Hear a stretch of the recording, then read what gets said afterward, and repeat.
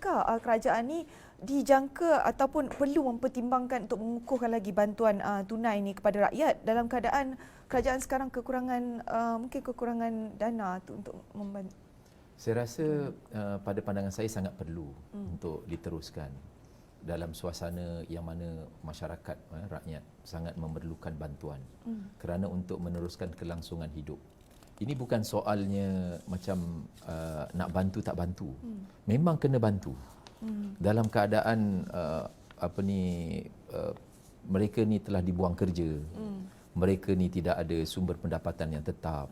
Jadi maksudnya sekarang ni tugas itu perlu diambil alih oleh satu entiti lah, satu badan. Yang mana sekarang ni kita lihat hierarki dia yang paling utama iaitu kerajaan. Kerajaan yang perlu membantu mereka. Daripada mana sumber tu datang, itu adalah secara kolektif. Contohnya dalam dari segi contoh macam dalam Islam kita ada zakat, bantuan zakat, dana wakaf. Itu perlu digerakkan bersama untuk membantu mereka yang memerlukan.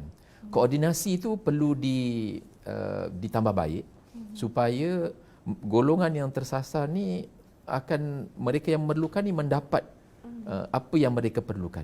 Kita tak nak adanya laporan ataupun claim lah yang kata mereka tak dapat bantuan sedangkan mereka ni adalah mereka yang memerlukan. Tetapi seperti mana yang saya nyatakan sebelum ni, bantuan ini perlulah tersasar dan juga kena ada dia punya falsafahnya.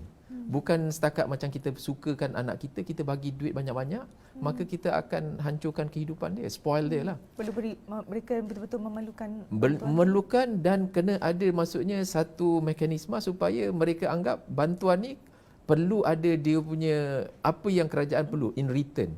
Dari segi macam saya katakan tadi bentuk produktif. Bantuan-bantuan yang berbentuk produktif ni perlu diteruskan. Terutamanya kepada belia yang baru graduate daripada universiti.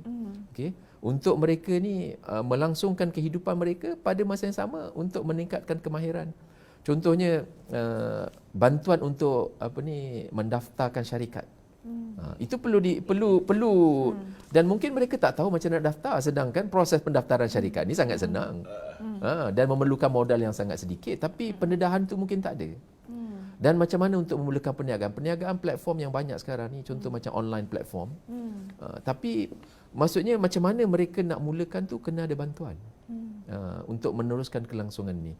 Oleh itu saya rasa kerajaan perlu mengekalkan bantuan ini. Dan satu lagi bantuan yang bentuk yang kita kata kerajaan kena mempercepatkan proses penamatan COVID ni lah. Contohnya seperti ada mendapatkan dana untuk vaksin. Itu bantuan yang dan apabila vaksin telah ada sektor kesihatan. Sektor kesihatan lah perlu.